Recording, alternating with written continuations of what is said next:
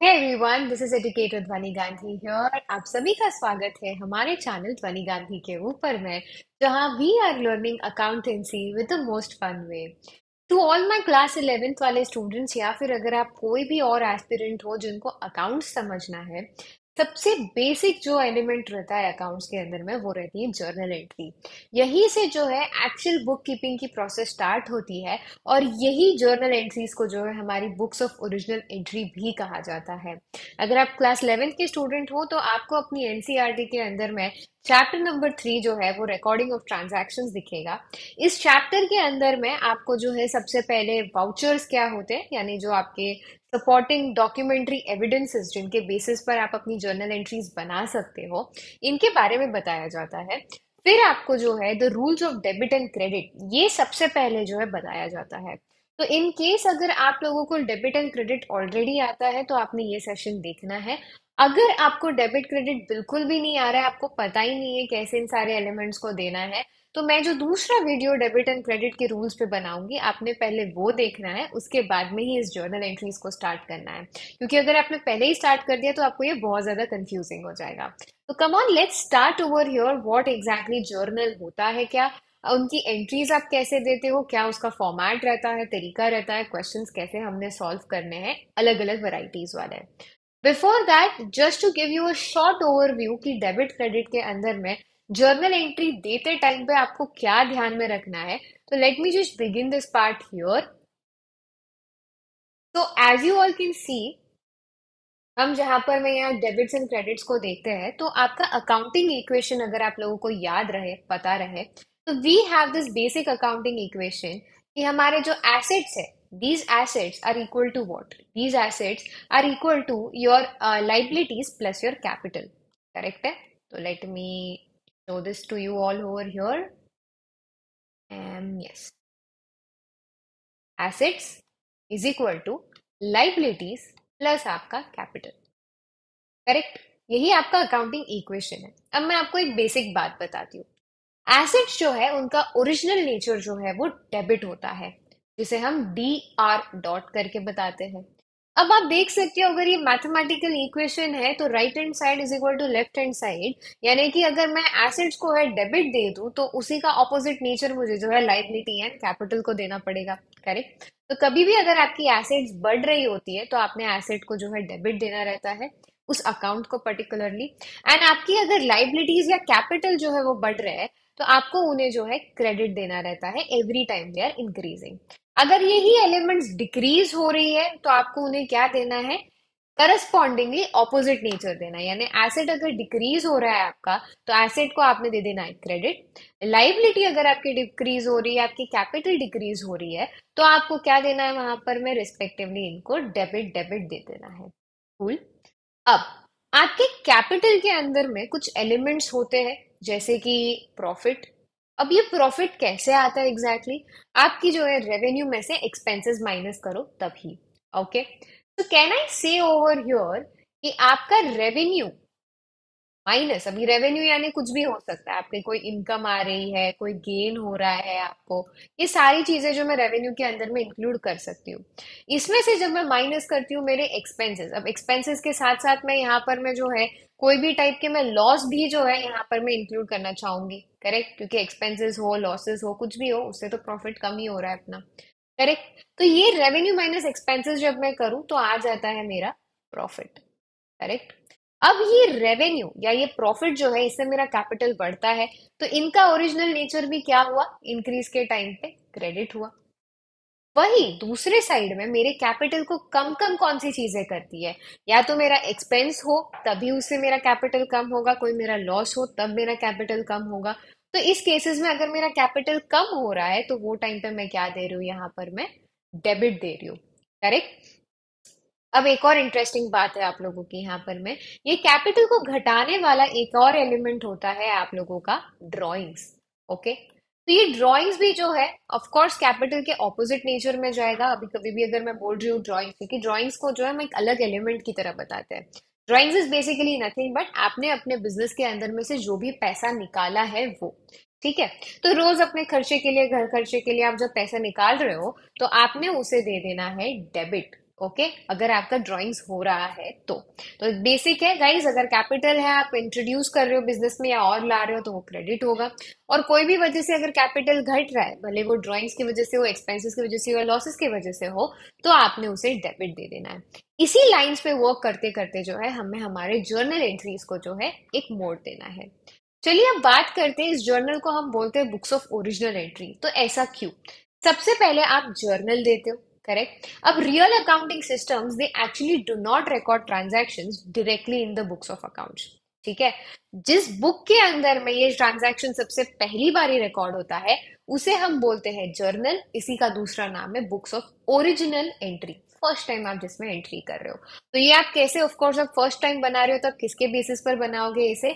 You will make it on the basis of your source documents या फिर जो vouchers which will become your documentary evidence. तो ये process कैसा होता है, लेट्स सी। तो सबसे पहले आप जो ये प्रोसेस है, जो आपके ट्रांजैक्शंस जो भी हो रहे हैं बिजनेस के अंदर में, उन्हें आप रिकॉर्ड कर रहे हो अपने बुक में एक जर्नल के अंदर में, उसे हम बोलते हैं जर्नलाइजिंग। ठीक है, तो ये जर्नल एंट्री एक जो होती है इसमें एक पूरी इंफॉर्मेशन रहती है आपके ट्रांजैक्शन के बारे में। पूरा का पूरा डिस्क्रिप्शन रहता है कि एग्जैक्टली क्या हुआ है यहाँ पर। मैं सपोज आपने जो है गुड्स खरीदे, अब आपने वो कैश में खरीदे या आपने वो क्रेडिट के अंदर में खरीदे, सारी चीजें जो इसमें बताई जाएगी। आपका जो है डेट, जिस दिन ये ट्रांजैक्शन हुआ है वो लिखा जाएगा वहां पर में। इसके साथ ही साथ में आपका वहां पर में डेबिट में कौन सा अमाउंट आ रहा है, क्रेडिट में कितना अमाउंट आ रहा है, सारी चीजें जो है यहाँ प्रॉपरली लिखी जाती है। ओके, तो ये जो पूरा प्रोसेस है कि आप जो है पूरी जर्नल को, पूरा एक ट्रांजैक्शन को लिख रहे हो, उसे हम जर्नलाइजिंग बोलते हैं। एक बार आपने एक जर्नल लिख दी तो उसके बाद में आप जो है उस जर्नल की एंट्रीज को रिस्पेक्टिव अकाउंट्स में पोस्ट करते हो। इस पोस्टिंग के प्रोसेस के अंदर में इंडिविजुअल इंडिविजुअल अकाउंट, यानी सपोज सेल्स अकाउंट जो मेरा क्रेडिट हुआ है, तो ऐसे पूरे ट्रांजैक्शंस में बहुत बारी सेल्स जो है आपका क्रेडिट हुआ ही होगा अलग अलग अलग अलग ट्रांजैक्शंस में। तो वो टाइम पे हम क्या करते हैं, हम उसे लेकर वो इंडिविजुअल सेल्स अकाउंट में लिख देते हैं कि अच्छा ठीक है, मोहन का जो है इतना सेल्स हुआ, सोहन का इतना हुआ। तो every time you don't have to see that journal entry again and again. आप जो है लेजर को ही ओपन कर लोगे सेल्स का, आपको पता चल जाएगा कि किस किस रीजन की वजह से सेल हुआ है। पर अगर आपको जानना है कि कोई ट्रांजैक्शन क्या एग्जैक्ट हुआ है, तो उसके लिए आपको जर्नल ही देखना पड़ेगा। ठीक है, तो सीक्वेंशियल ऑर्डर के अंदर में हम जब लिख रहे हैं तो वो हम जर्नल के अंदर में लिखेंगे, इसी की वजह से उसे ओरिजिनल एंट्री बोलते हैं। एंड जब हम लोग बोलते हैं कि ये जो लेजर अकाउंट है आपका वगैरह, उसे प्रिंसिपल बोल देते हैं, क्योंकि वो मेन बुक ऑफ एंट्री भी गिनी जाती है। ठीक है, ये आपको अभी ध्यान नहीं रखना है, आपको बस ये ध्यान रखना है कि आपकी जर्नल एक होती है। अब ये जर्नल एक्चुअली जो है 8 टाइप्स ऑफ बुक्स के अंदर में भी स्प्लिट होती है। इन 8 टाइप्स की बुक्स को बोला जाता है सब्सिडियरी बुक्स। ठीक है, अब ये सब्सिडियरी बुक्स क्या है, कैसे करना है इनको, ये आपने आगे में देखना है। अभी सिर्फ आपका फोकस रहना चाहिए जर्नल में देखने के लिए। ठीक है, तो ये सारे पैटर्न्स बस पता रखिए कि ऐसे होते हैं, बट अभी आपको ध्यान रखना नहीं है। तो basically what is a journal looking like, what does it give you the whole view of, let us see here. तो ये है आपकी बुक ऑफ ओरिजिनल एंट्री। इसमें सारे ट्रांजैक्शन जो है क्रोनोलॉजिकल ऑर्डर में रिकॉर्ड किए जाएंगे, यानी कि जब जब वो हो रहे हैं तब तब आपको उन्हें लिखना है। यानी 1 अगस्त को सपोज एक एंट्री हुई है, एक ट्रांजैक्शन हुआ है, आपको उसे 1 अगस्त को लिखना है। सपोज उसके बाद 5 अगस्त को हुआ है तो 1 अगस्त के बाद ही 5 अगस्त वाली सारी एंट्रीज आएगी। उसके पहले ऊपर नीचे आप कुछ भी जब मन आए तब ऐसा कुछ नहीं कर सकते। यहाँ आपको सीक्वेंस, क्रोनोलॉजी यानी सीक्वेंस जो है वो फॉलो कंटिन्यूस करना है। ठीक है, अब ये जर्नल जो है इसमें 5 कॉलम्स होते हैं। सबसे पहला है डेट का कॉलम, जहां जिस दिन ये ट्रांजैक्शन हुआ है वहां आप लिखेंगे। फिर आपकी आती है पर्टिकुलर्स के कॉलम, जहां एक्चुअली जो जर्नल एंट्री है वो आप दे रहे होते हैं। ये जो एलएफ आपको दिख रहा है ये क्या है, यहाँ पर मैं देखिए, इस एलएफ को जो है बोलते हैं the exact page number of your laser book. यानी आपको पता है आप कितनी बारी टेक्स्ट बुक में जो एक क्वेश्चन सॉल्व कर रहे होते हो, उसका जो है आप नोटबुक में सोल्यूशन लिख रहे होते हो। क्वेश्चन टेक्स्ट बुक में, सोल्यूशन कहाँ है, नोटबुक में। करेक्ट, तो टेक्स्ट बुक के यहाँ पर में आप लिखते हो नोटबुक का पेज नंबर 97, और नोटबुक में लिखते हो आप टेक्स्ट बुक का question number 10 which is present on उसका पेज नंबर 53। ये क्रॉस रेफरेंसिंग दे रहे हो आप हर जगह में, करेक्ट, कि इसको कहाँ से मैंने एग्जैक्टली मैं सॉल्व कर रही हूँ, कौन से क्वेश्चन के बेसिस पर, और क्वेश्चन को बोलते हो इसका सोल्यूशन चाहिए तो जाके वहां ढूंढो। तो ये भी एकदम सेम टू सेम है। जर्नल में आप लिख रहे हो एलएफ यानी कि लेजर फोलियो, फोलियो FOLIO। ठीक है, फोलियो का मीनिंग क्या होता है, आपका पेज। ऑलराइट, तो लेजर का कौन सा पेज नंबर है जहां पर मैंने परचेजेस को लिखा है?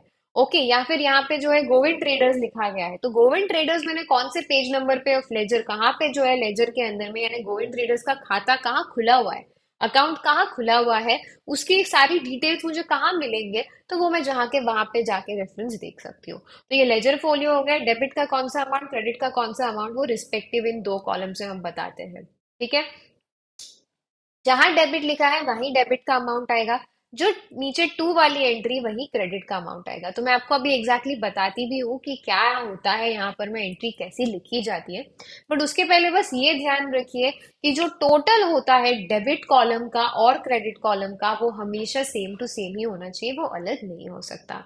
Late us see an example अभी राइट नाउ जर्नल के बारे में। तो they are saying goods purchased on credit for ₹30,000 from Messrs Govind Traders on December 24, 17। अब सबसे पहले देखिए, आपको डेट मिल गई यहाँ पर में December 24, 17। तो आपने जो है यहाँ पर में कैसे लिख दिया, डेट 2017। ओके, सबसे पहले ईयर आएगा आपका, फिर मंथ, एंड उसके बाजू में आपकी डेट। क्या हमें हर बार जो है 2017 लिखते जाना है? बिल्कुल भी नहीं। एक बार आपने ऊपर 2017 लिख दिया, उसके नीचे सारे मंथ्स आ गए उसके, December 1, 28, 13, ऐसा आपने जो है ऐसे एक एक लिख दिया। इसके बाद में आपका जब मतलब नेक्स्ट वाला मंथ है जनवरी, तो आप उसके लिए आपको 2018 नीचे लिखना पड़ेगा, 2018 जनवरी। जनवरी के एग्जैक्ट नीचे बाजू में जो आप लिखेंगे 5, 10, 12। फिर फेब आया, एक बार फेब लिख दो, फेब 1, 2, 5, 7, ऐसा। This is how the sequence of your dates will go like. ठीक है, अब पर्टिकुलर्स के अंदर में कहाँ से एंट्री हो रहा है देखिए। सबसे पहले क्या बोला उन्होंने, goods purchased on credit for 30,000 from Govind Traders. ठीक है, हमने गुड्स को जो है खरीदा क्रेडिट पे। अब क्रेडिट पे खरीदा यानी ये यहाँ पर मैं कोई पेमेंट तो हो नहीं रहा मेरा, बस ये जो गोविंद ट्रेडर्स है ये मेरा क्रेडिटर बन गया है। क्रेडिटर यानी कि ये मेरी लाइबिलिटी बन गई है। लाइबिलिटी मेरी अगर यहाँ इंक्रीज हो रही है, यानी मैंने क्या दे देना है, गोविंद ट्रेडर को क्रेडिट दे देना है। ठीक है, तो यहाँ पर जो है गोविंद ट्रेडर मेरा क्रेडिटर बन गया। ऑल राइट, अब इसके बदले में मेरे यहाँ एसेट कुछ तो भी आ रही है, मेरा कुछ एक्सपेंस हो रहा है, करेक्ट। तो गुड्स अकाउंट जनरली हम नहीं लिखते हैं, जो एक्सपेंस हो रहा है वो हम लिखते हैं। हमारे यहाँ खर्चा क्या हुआ है, परचेजेस का। ठीक है, हमने जो गुड्स परचेज किए, तो अलग से गुड्स अकाउंट नहीं लिख रहे हैं हम, परचेजेस अकाउंट जो हमारे गुड्स आने की जो है बात बता रहे हैं। तो गुड यहाँ पर जो है परचेजेस अकाउंट हमारा जो है खर्चा हो रहा है, तो खर्चा कभी भी एक्सपेंस होता है जिससे कैपिटल कम होता है। तो परचेज के अंदर में हमारा क्या दे देंगे हम, इसे डेबिट। अब एंट्री कैसे लिखते हैं, परचेजेस अकाउंट, गैप यहाँ देना है आपने, लास्ट में डेबिट लिख लेना है। और ये परचेजेस के बाद में नीचे थोड़ी ऐसे जो अपन बोलते हैं ना, बचपन में बोलते थे कि हाँ कभी नया पैराग्राफ स्टार्ट करो तो 2 फिंगर स्पेस देके देना, तो बस ये भी कुछ ऐसा ही है। यहाँ पर मैं क्रेडिट का लिखने के टाइम पे टू गोविंद ट्रेडर्स अकाउंट, कोई क्रेडिट यहाँ पे हम नहीं लिख रहे, सीआर नहीं लिख रहे, सिर्फ डेबिट में डीआर लिख रहे हैं, क्रेडिट में सीआर नहीं लिख रहे हैं। क्रेडिट में अलग से किस चीज से डिस्टिंक्शन होगा, टू से। तो इसका बेसिक मीनिंग है by purchases to Govind Traders. ठीक है, एक डेबिट के लिए हम बाय लिखते हैं, क्रेडिट के लिए टू लिखते हैं। पर बेस्ट पार्ट ये है कि जर्नल एंट्री में डेबिट का बाय गायब रहता है, और जर्नल एंट्री के अंदर में क्रेडिट का सी आर क्रेडिट जो है वो गायब रहता है। This is exactly how you give your entire journal entry. अब देखिए यहाँ पर मैं परचेसेस 30,000 का मैंने किया है, तो परचेसेस 30,000 मैंने डेबिट कॉलम में लिख दिया। और गोविंद ट्रेडर्स का जो है 30,000 का मेरा लाइबिलिटी बन गया, तो वो क्रेडिट में मैंने वही लाइन में लिखा है। तो जिस लाइन में मेरा अकाउंट है उसी लाइन में उसका अमाउंट में लिखूंगी, और कहीं डेबिट इसका क्रेडिट उसका, ये नहीं, जिसका जो प्रॉपर है वो है। अब देखो डेबिट क्रेडिट कॉलम मेरे टोटल प्रॉपरली आ रहे हैं सेम टू सेम, तो हर ट्रांजैक्शन में दोनों कॉलम्स की जो टोटल है वो सेम ही आनी चाहिए। अगर आपकी सेम नहीं आ रही है मतलब आपकी एंट्री में कोई ना कोई गलती है। ओके, अब आगे जाते यहाँ पे आप देख सकते हो purchases of goods in trade from Govind traders, जैसे यहाँ पे एक सेंटेंस लिखा है। इसका मीनिंग क्या है, तो this basically means narration. Narration यानी कि आप जो है ये जो ट्रांजैक्शन हुआ है परचेज टू गोविंद ट्रेडर्स, समझ नहीं आ रहा है क्या है, क्या हुआ एग्जैक्टली। नरेशन बोलेगा कि जी हाँ हमने परचेजेस किया है गोविंद ट्रेडर्स से, ऑन क्रेडिट किया है या बाय कैश किया है, पैसे देके किया है, या क्रेडिट यानी क्रेडिट ट्रांजैक्शन यानी कि हमने उन्हें पैसे नहीं दिया, उधारी पे किया। तो ये नरेशन जो है जर्नल एंट्री का आपने लिखना होता है। इसमें कोई हार्ड एंड फास्ट रूल नहीं कि एज इट इज जो सेंटेंस उन्होंने यहाँ दिया वही हमने लिखना है। हम अपनी नॉर्मल बेसिक अच्छी वाली इंग्लिश में भी यहाँ लिख सकते हैं। जैसे मैंने बोला, अब इन्होंने यहाँ लिखा गुड्स इन ट्रेड, मैंने ऐसा कुछ भी नहीं बोला आपका, मैंने क्या बोला, क्या एग्जैक्टली है यहाँ पर मैं, credit purchases made from Messrs Govind traders, simple है। ठीक है। या फिर goods purchase on credit ₹30,000 from Mrs Govind traders, या goods purchase on credit from Mrs Govind traders. Simple is that. कोई भी अलग सेंटेंस में जो है यहाँ लिख सकती हूँ, ऐसा कोई हार्ड एंड फास्ट रूल नहीं है, नरेशन ऐसा ही लैंग्वेज में होना चाहिए। बेसिक इंग्लिश आपकी ग्रामर यहाँ ठीक रखो, दैट इज ऑल। तो ये कंपोनेंट्स आपको समझ में आ गए। एंड कभी भी आप जो है ये जर्नल के ऊपर में यहाँ लिखेंगे जर्नल ऐसा, और इसके ऊपर में जो है अगर आपको भी जैसे ये इलस्ट्रेशन 2 में देखिए सूरज मार्ट ऐसा नाम लिखा है आपके फर्म का, तो आप जब सॉल्यूशन लिखेंगे आपका, तो बुक्स ऑफ सरोज मार्ट या सूरज मार्ट जो भी नाम है वो लिखेंगे, उसके नीचे जर्नल लिखेंगे, फिर ये डेट कॉलम बनाएंगे, फिर particulars LF column, debit amount credit amount ऐसे कॉलम बनाएंगे, एंड उसी के बाद में अपनी जर्नल एंट्रीज जो है लिखना चालू कर देंगे। तो late us see the question here. कुछ बेसिक क्वेश्चंस देखते हैं जिससे आपको जर्नल एंट्री देना समझ में आ जाएगा यहाँ पे। पहली एंट्री जो 1 अप्रैल 2017 को हुई, उसकी नीचे वाली भी 1 अप्रैल 2017 को हुई, उसकी नीचे वाली भी 1 अप्रैल 2017 को हुई। तो मैं इसे कैसे लिखूं एग्जैक्टली? तो वही जो सीक्वेंस में जिस दिन में वो हुए हैं वही सीक्वेंस में आपको इन्हें लिखना है। पहला जो है पार्ट इन्होंने बोला है, business started with cash 1,50,000। Okay, हमने क्या किया, बिजनेस स्टार्ट किया है 1,50,000 की कैश के साथ में। कैश यानी कि आपका एसेट है, यहाँ पर में कैश आ रही है आपके बिजनेस के अंदर में, तो एसेट आपकी जो है इंक्रीज हो रही है, तो कैश अकाउंट क्या हो जाएगा मेरा यहाँ पर में, डेबिट हो जाएगा, डेबिट कैश करूंगी मैं यहाँ पर में। और अब ये मैंने बिजनेस स्टार्ट किया है कैश से, यानी कि ये क्या है, मेरा कैपिटल मैंने बिजनेस के अंदर में लाया है, कैपिटल बढ़ रहा है, यानी आपको पता है कैपिटल इंक्रीज हो यानी ऑपोजिट नेचर ऑफ एसेट है, यानी कैपिटल क्रेडिट हो जाएगा यहाँ पे। तो मेरी एंट्री क्या है, simple, cash debit capital credit, that's all. And amount is 150, यही देखिए जर्नल एंट्री में यहाँ आएगा। 2017 अप्रैल 1 है आप लोगों का यहाँ पे। एंट्री क्या है, cash account debit 1,50,000 in the debit column, यही वाली लाइन में। टू कैपिटल जो क्रेडिट हो रहा है, लेकिन हम सीआर नहीं लिखते यहाँ, टू कैपिटल अमाउंट है मेरा 150। एंड नरेशन क्या होगा आप ही अपने यहाँ देखिए, मत मन से सोचिए। B, business started with cash, simple. B, capital introduced in the business, या फिर बिजनेस स्टार्टेड विद कैश या capital introduced in the business, कुछ भी लिख दो आप, कुछ भी लिख दो चलेगा, दोनों में से कोई भी सेंटेंस आपका एकदम मस्त चलेगा, यहाँ कोई प्रॉब्लम नहीं है। अगला वाला जर्नल एंट्री करते हैं। आई होप यहाँ समझ में आया हो। I really want each and everybody of you to please start commenting in the comment box every single element के लिए, जहां जहां मैं पूछूं कि आपको क्या ये यहाँ समझ आया या नहीं। Okay. And also one more thing, आपको जो है ये पूरे प्रोसेस के अंदर में कनेक्टेड रहना है इन पीडीएफ्स के लिए मेरे टेलीग्राम चैनल के ऊपर में। तो चैनल जो है आप टेलीग्राम पे अगर जाएंगे तो आपने बस यहाँ पे है ना @ध्वनि5 जो है, ध्वनि FY, ये डाल देना है, तो आप सीधा मेरे चैनल से जुड़ जाओगे। आप अगर 11th स्टैंडर्ड के बच्चे हो तो @ध्वनि DHWANI 11 यानी कि 11, ये वाला जो है मेरा ग्रुप है। इस सब की जो है डिस्क्रिप्शन में मैंने जो है लिंक्स दे दिए है, तो आप वहां से जाकर भी कनेक्ट कर सकते हो। Let us go for the next journal entry. This journal entry में बोल रहे हैं, being goods purchase from Manisha ₹36,000। क्या यहाँ कहीं बोला है कि कैश में पेमेंट किया है? नहीं बोला है। तो हमें अज्यूम करना है कि ये क्रेडिट ट्रांजैक्शन है, यानी मनीषा बेन जो है मेरी लाइबिलिटी हो गई, यानी मनीषा को मैंने क्या कर देना है, क्रेडिट कर देना है। और जैसे मैंने पहले में बोला था, परचेजेस अपना खर्चा है, तो परचेजेस डेबिट हो जाएगा। ठीक है, तो मेरी एंट्री क्या हुई, purchases account debit 36,000 to Manisha's account 36,000, being goods purchased on credit, खत्म। एंड अप्रैल 1 का डेट मैंने यहाँ लिख दिया। That simply my journal entry is finished. अगली जर्नल करते हैं। आपको अगर कुछ भी लगे कि मैम यहाँ समझ नहीं आ रहा, पॉज कर सकते हैं वीडियो को, आराम से शांति से देख लो, कहीं घाई नहीं है, कोई डिस्टर्बेंस ही नहीं है। That is why I love this mode of video, जहाँ I can continuously talk to you and there is nobody to disturb at all. आपको कोई भी क्वेश्चन हो आप कमेंट बॉक्स में पक्का मुझे बताओ। Going next to all of you, यहाँ पर मैं अगला सेंटेंस है, stationery purchase for cash ₹2,200। Basic है, कैश से आपने जो है स्टेशनरी को लाया, स्टेशनरी आपकी एसेट है, आपने स्टेशनरी को खरीदा। अब कोई कोई बोलेगा मैम स्टेशनरी बहुत चिल्लर सी है मेरे बिजनेस के लिए, तो मैं इसे जो है एसेट कंसिडर नहीं करेंगे, हम बेसिक खर्चा कंसिडर करेंगे। तो खर्चा भी जो है आपका, खर्चा बढ़े तो भी डेबिट, एसेट बढ़े तो भी डेबिट, कुछ भी हो जाए आपको जो है स्टेशनरी को तो डेबिट करना ही है। और कैश जो है आपकी एसेट है जो जा रही है। ओके, तो एसेट कम हो रही है तो क्या होता है, आपका क्रेडिट हो जाता है, करेक्ट है। तो इसी की वजह से हम क्या करेंगे, स्टेशनरी को करेंगे डेबिट, और हमारे कैश जो जा रहा है भाई साहब उसको करेंगे क्रेडिट। देखिए सेम एंट्री है क्या, हाँ जी, April 1 stationery account debit 2200 to cash account 2200, being purchase of stationery for cash.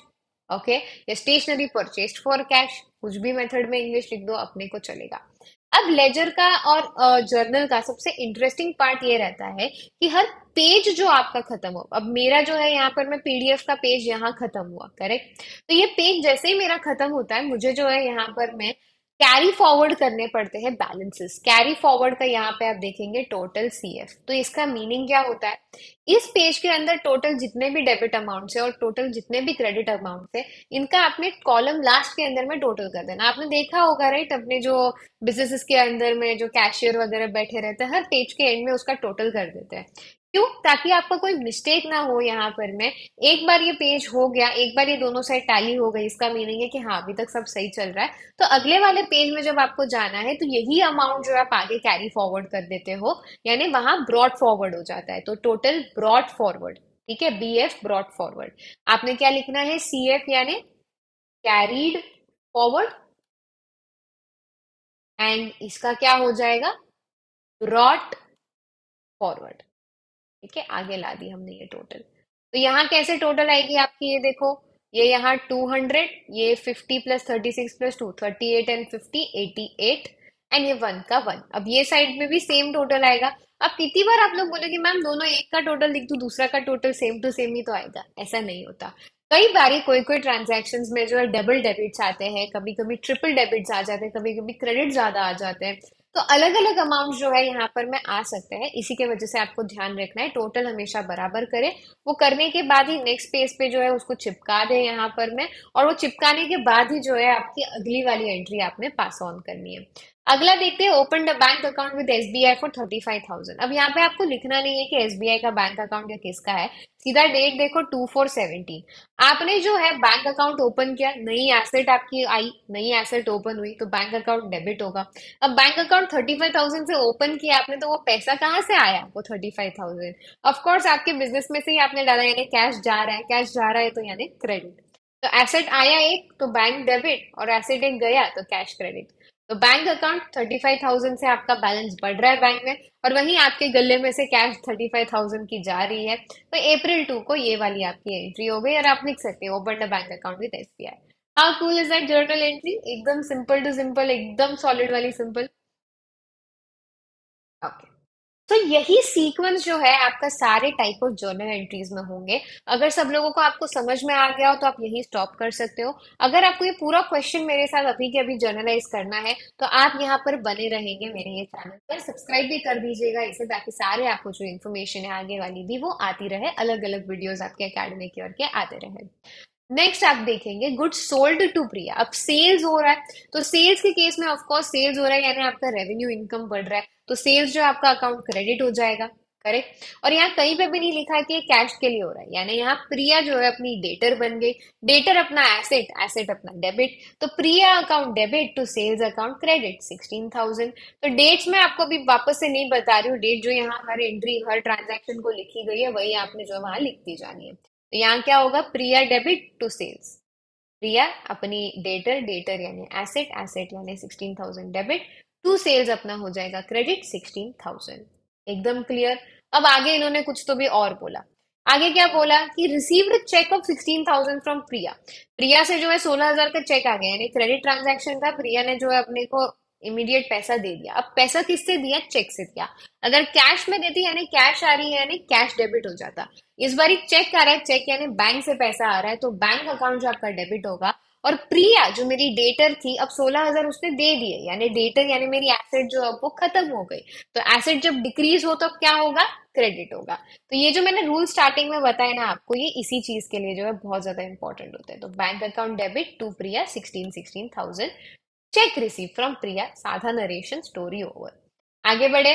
अब निधि के यहाँ पर मैं सोल्ड गुड्स टू निधि, तो जैसे प्रिया वाला एंट्री हुआ सेम टू सेम यहाँ पे में भी होगा, आपका निधि टू सेल्स वाला एंट्री आएगा। यस। तो ऐसे जो भी एंट्री होते हैं आपको जो है जब भी आप पढ़ते जाते हो सेम एंट्रीज अगर आ रही है उसे देखते जाओ, बार बार सेम चीज को प्रैक्टिस मत करना।